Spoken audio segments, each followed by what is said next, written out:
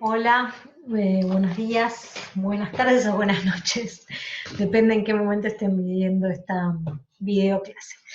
Bueno, vamos a hablar en este pequeño video brevemente sobre un poco sobre la historia de los estudios de los cazadores recolectores en antropología y su importancia para la arqueología. Bueno, los cazadores recolectores han sido un poco la piedra angular de los estudios antropológicos, aunque a lo largo de la historia de la disciplina se les ha dado distinta importancia, y vamos a hablar un poquito de eso aquí. En primer lugar, nos remontamos a los siglos XVII y XVIII, donde vemos, bueno, con distancias de un siglo, posturas contrapuestas con respecto a cómo se los caracterizaba a los cazadores recolectores que habían sido conocidos a partir del contacto entre el mundo occidental y el mundo no occidental, ¿no? Entonces tenemos en obras como El Leviatán de Hobbes una visión totalmente pesimista con respecto a estas sociedades, en donde se las caracteriza como carente de evolución, carente de cultura, muy acercado a un aspecto de naturaleza animal, y donde podemos leer fragmentos como el siguiente, en el que dice que en esta condición no hay cabida para la industria, porque el fruto de la misma es incierta y en consecuencia no hay registro del tiempo, no hay artes, no hay sociedad. La vida del hombre solitaria, pobre, desagradable, bruta, corta, es como, bueno, una visión muy, no solamente pesimista, sino negativa, ¿no? Con respecto a las sociedades o las bandas de cazadores recolectores. Y en el siglo siguiente tenemos obras como la de Rousseau, en el discurso sobre el origen de la desigualdad, en donde por el contrario hay una mirada mucho más romántica con respecto a las sociedades no occidentales que viven como con mayores libertades, sin las ataduras de la civilización o de la sociedad organizada, y se leen fragmentos como el que dice acá Rousseau, que dice así: satisfacen su hambre en el primer roble que encuentran, aplacan su sed en el primer arroyo, reposan al pie del mismo árbol que les prodigó el alimento, y así tienen todas sus necesidades satisfechas. Es decir, al no haber ambiciones y donde están todas las necesidades básicas satisfechas al alcance de la mano, ¿no? Es una visión romántica. Y ahora nos pasamos al siglo XIX, donde la corriente evolucionista que dominó en esa época, se trataba de un evolucionismo unilineal, en donde la evolución es considerada como sinónimo de progreso y es aditiva a medida que se van adicionando mejoras tecnológicas, por ejemplo, se va evolucionando, y los cazadores recolectores son vistos como en el primer peldaño de la humanidad. Están en el estadio cero de evolución, sin ningún tipo de tecnologías o sin organización social, es como se los caracterizaba en ese momento. Se contraponía naturaleza versus cultura, donde la sociedad occidental, donde hay cultura, donde hay eh, tecnología, organización social, donde hay monogamia. En cambio los pueblos primitivos son vistos como más naturales que culturales, y todo esto tenía por supuesto implicancias morales, porque se los veía como atrasados y como inferiores. También de alguna manera eran argumentaciones para justificar la dominación y el exterminio, ¿no? Del otro eh, colonizado, ¿no? Y en esta época también predomina un determinismo ambiental. Son vistos como, de acuerdo a, como dominados por la naturaleza. Y hay una relación directa entre naturaleza, tecnología y ambiente. O sea, la naturaleza los domina y ellos no están capacitados porque no tienen el desarrollo cultural como para poder evolucionar y progresar, tal como lo hace la sociedad europea, ¿no? Del siglo XIX. Esta era la visión de los sociólogos y los pensadores de esa época. Desde una perspectiva materialista, como todo en el evolucionismo, el progreso se mide a partir de desarrollos tecnológicos. En este siglo también se publica El origen de las especies, también es una obra muy influyente. Ahí en el texto que ustedes tienen de Bettinger se discute en qué medida influenció o no influenció esta obra en los primeros antropólogos.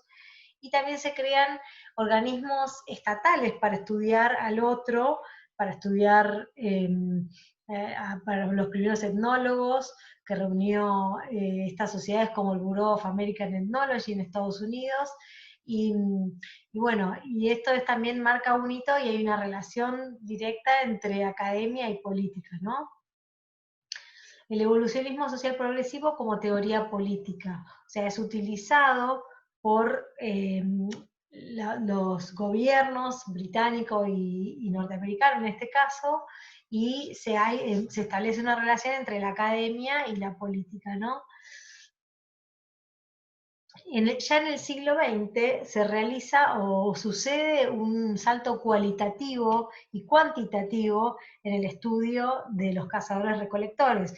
La antropología ya está establecida como ciencia en muchas universidades y hay un aumento sustancial de los estudios etnográficos donde los antropólogos viajan y se involucran con las comunidades etnográficas y realizan un estudio más de cerca. En el siglo anterior, la mayoría de los casos eran estudios de escritorio, en donde los investigadores se basaban en relatos o crónicas de viajeros. En cambio, en este momento, a partir de mediados del siglo XX, ya son los antropólogos los que viajan directamente y interactúan con el objeto de estudio, con los sujetos de estudio, y se llega a conclusiones totalmente diferentes que las del siglo anterior con respecto al modo de vida de los cazadores-recolectores.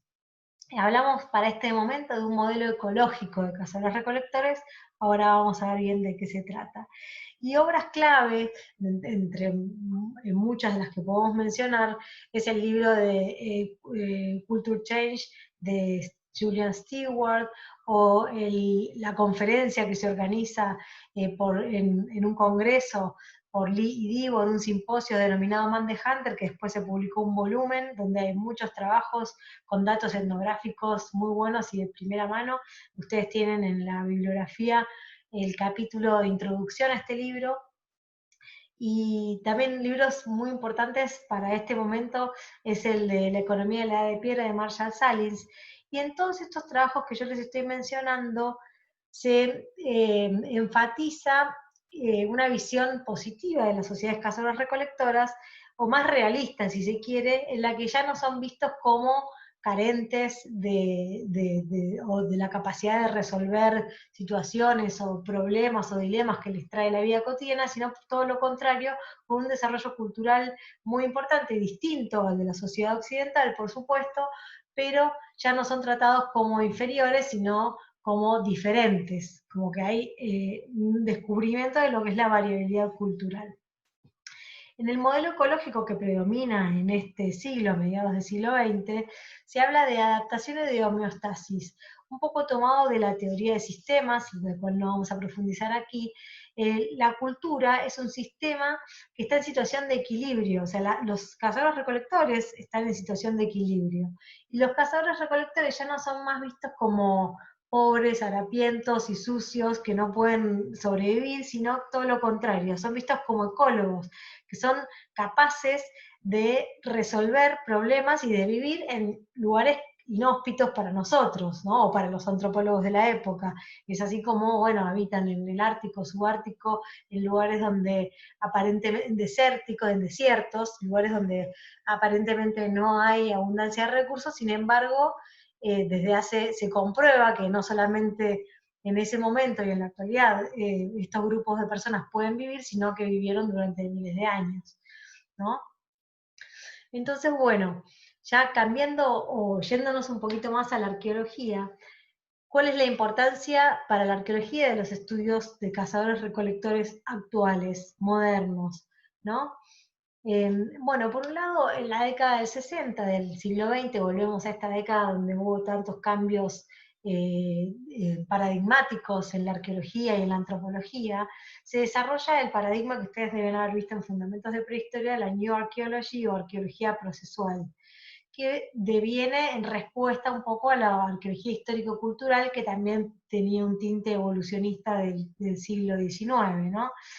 En este caso, bueno, la arqueología es vista como antropología, entonces los estudios etnográficos cobran mucha importancia y se desarrolla una disciplina denominada etnoarqueología, en la cual los estudios etnográficos están orientados a entender los restos materiales de las actividades humanas, ¿no es cierto?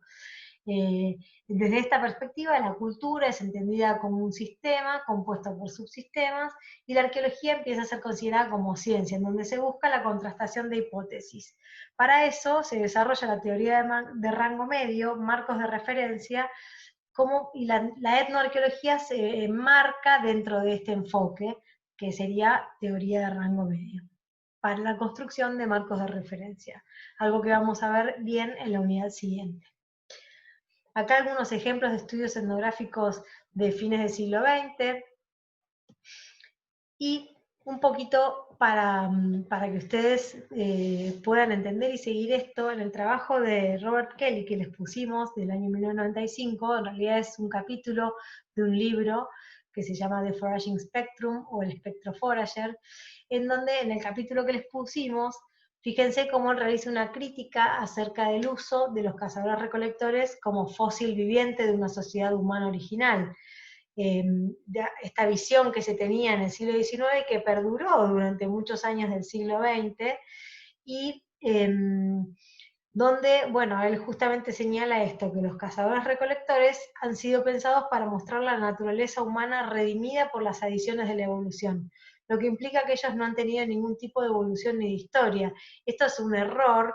En cambio, él enfatiza en que los cazadores-recolectores actuales son una fuente de información muy valiosa, y una de las cosas que nos hace ver es la variabilidad de adaptaciones humanas y de sistemas adaptativos que pueden desarrollarse a lo largo del globo. Entonces, las ventajas y los beneficios de estudiarlos hoy en día son justamente esos, no encasillarlos como en el peldaño más inferior de la humanidad, sino todo lo contrario, para que nos pueda demostrar y ver la variabilidad de adaptaciones humanas.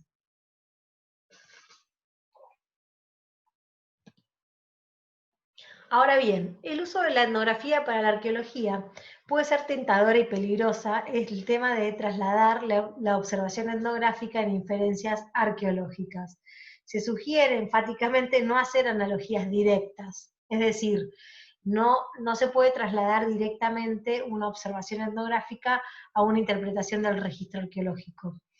Esto puede suceder en muchos casos porque, como el registro etnográfico, uno puede ver la película completa, en donde ves a las personas actuando y depositando un resto material, eh, pero ¿qué pasa? El registro arqueológico tiene una naturaleza totalmente diferente, en el cual no solamente los procesos tafonómicos pueden destruir este registro, sino que también puede haber habido causas diferentes conductuales que hayan generado ese registro arqueológico. Entonces, la etnoarqueología o el registro etnográfico es valioso y es muy útil como fuente de hipótesis, pero no como interpretación del pasado, ¿sí?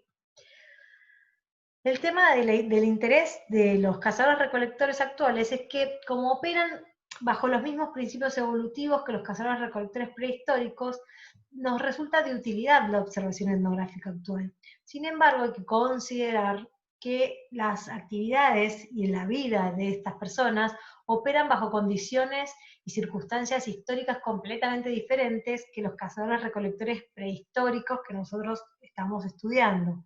Entonces esto es algo que hay que tenerlo en cuenta. O sea, no descartar su estudio para la arqueología, pero sí tener en cuenta estas salvedades. Se puede abordarlo desde una estructura teórica explícitamente evolutiva, y nos ayuda a tener una comprensión de la diversidad y construcción de modelos teóricos.